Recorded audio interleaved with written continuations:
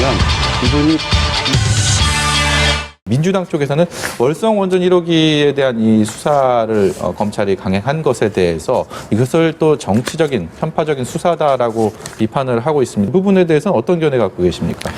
저는 이번 특활비 문제와 관련되어 가지고는 이거를 너무 추미애 장관과 윤석열 청장의 대립구도로 보는 것 자체는 조금 좀 지양돼야 될 바라고 저는 생각을 합니다. 예. 특활비 자체의 필요성을 부정하는 분들은 사실은 없거든요. 근데 예. 이게 목적과 그 수단이 얼마만큼 그러니까 비례적으로 사용되고 있느냐 이 문제를 다 같이 점검하자는 취지에서 좀 봐야 될 것 같고, 제가 알기로는 한 2018년도에 한 4천억이 좀 넘던 예산이 아마 내년도에는 2,300억 정도 반영된다고 알고 있습니다. 그만큼 이제 이 부분이 불분명하게 사용했던 돈 자체는 정상화돼 가고 있고 그 부분들에 대한 투명성은 확보돼 가고 있다는 측면에서 다시 한번 이 부분을 국회가 점검하고 확인하는 차원에서는 중요했다는 생각이 들고요. 그 윤석열 총장의 월성 원전 관련된 그 검찰의 수사 행보에 대해서는 우리 김태현 대표께서도 말씀하신 것처럼 굉장히 정부 정책의 대선으로 공약으로 나왔던 이런 사안들까지 이제 수사 대상에 오르는 것은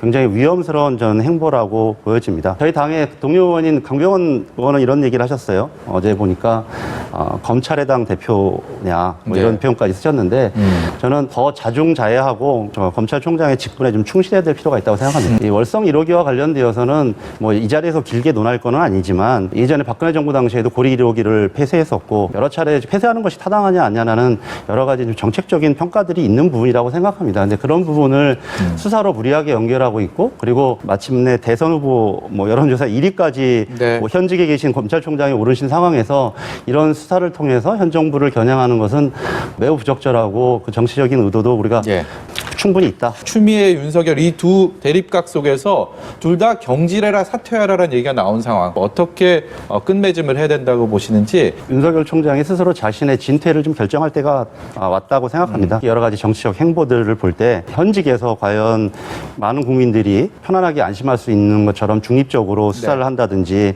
검찰이라는 정말 무소불위의 사정기관을 운영할 수 있는 위치에 있지 않다.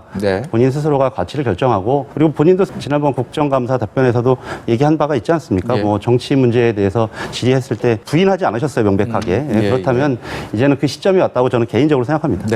적임자, 누가 적임자일까요? 적격 시비 공수처장 누가 돼야 되는지 여기에 대해서 의견을 좀 여쭤보도록 하겠습니다. 박상혁 의원님 어떻게 보십니까? 우리가 공수처법이 발효된 지 한 100일이 지나서야 국민의힘에서 추천위원을 추천을 해서 이제 공수처장 후보들이 나타났습니다. 많은 국민들께서 기다리신 부분이 이렇게 지체된 것이 저는 다시 한번 유감스럽다는 생각이 들고요.